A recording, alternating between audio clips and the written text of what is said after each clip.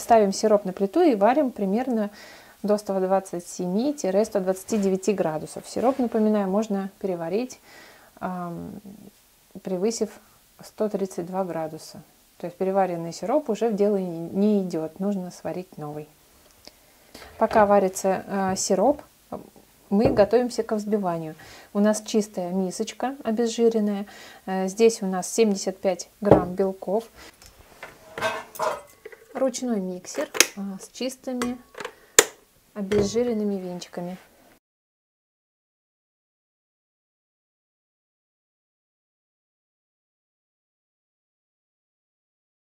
Температура сиропа достигла 120 градусов. Я уже могу начать взбивать белки. То есть, если вы сможете одновременно сварить сироп и взбить белки, на 120-й минуте вы можете уже начать взбивать, если у вас ручной миксер. Если планетарный, то на 125-й оптимально. Вот. Если вы боитесь это делать, ну или первый раз, или только пробуете сделать, вы можете сначала сварить сироп, отставить его в сторонку, взбить белки, потом подогреть сироп до нужной вам температуры, да, 127-128 градусов, и уже потом влить спокойненько. Хорошо, давайте прямо сейчас так и сделаем. Я сейчас сварю сироп 126-127. Все, я выключаю. Поставлю его на холодную конфорку, чтобы он не перегрелся. И приступаю к взбиванию белка. Просто взбиваем белок без всяких добавок. Нам нужно взбить белок в пышную пену.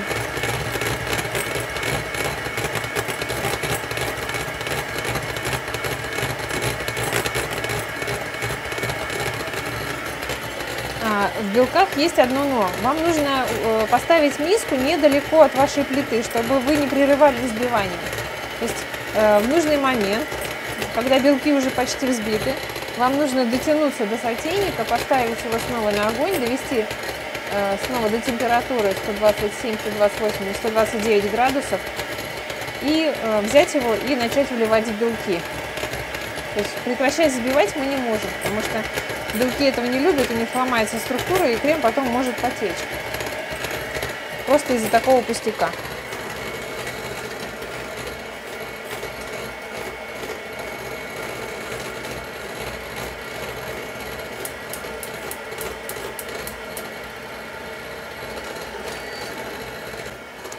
Ну вот, у меня белки уже почти взбились. Я поставила догреться наш сироп. Снова подогреть.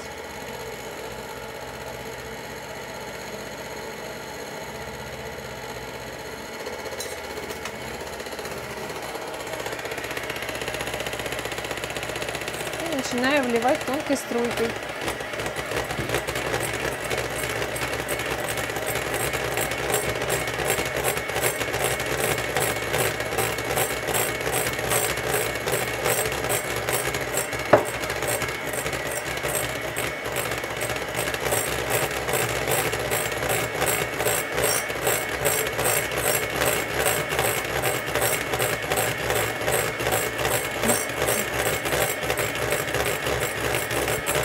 Старайтесь как можно активнее двигаться миксером.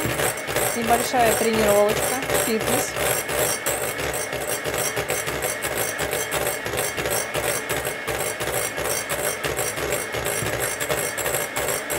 Белки увеличиваются в размере. Крем, точнее, увеличивается в размере.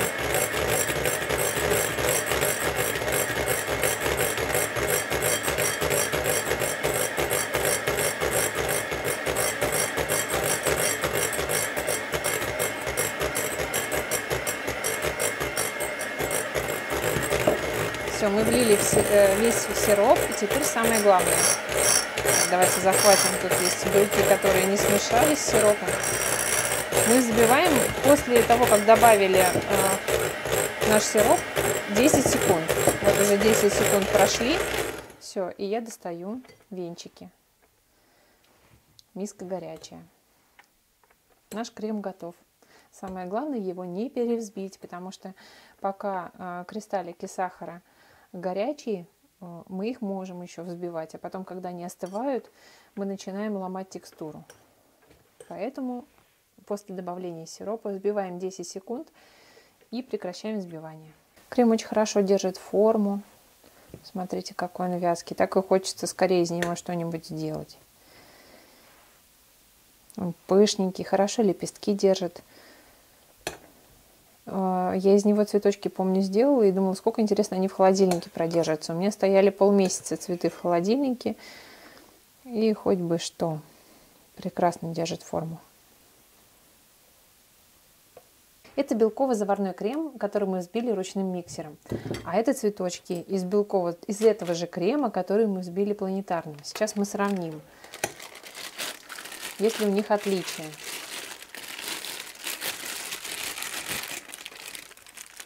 Эти цветочки я тоже сделала сразу после того, как взбила крем в планетарном миксере.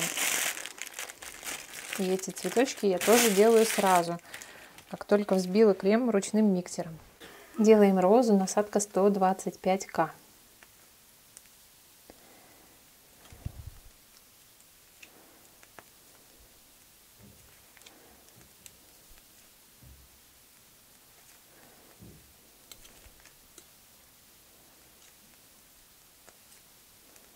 Так, крем нежный, воздушный, более нежный, чем если бы мы взбили на планетарном миксере.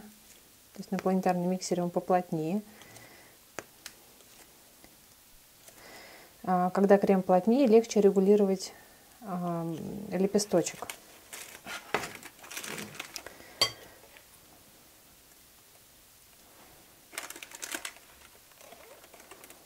Так, это розочка из БЗК, крем взбит планетарным миксером. Это розочка взбита ручным миксером. Теперь мы меняем насадочку и одеваем насадку 123. Это изогнутый лепесток.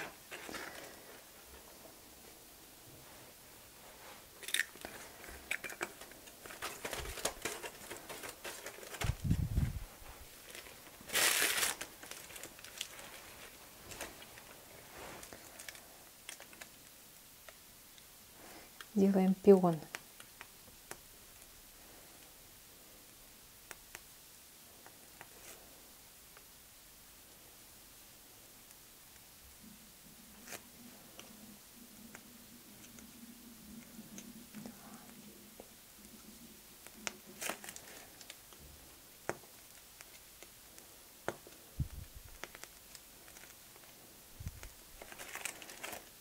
Так, крем определенно нежнее.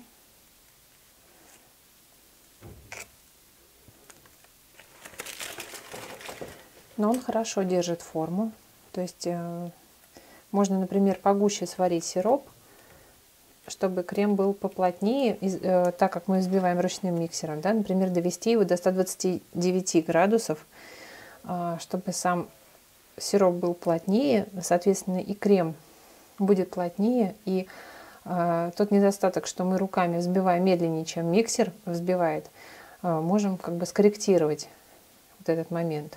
По визуальности все хорошо. Да? То есть эта розочка сделана планетарным миксером, взбит крем, это ручным. Этот пион,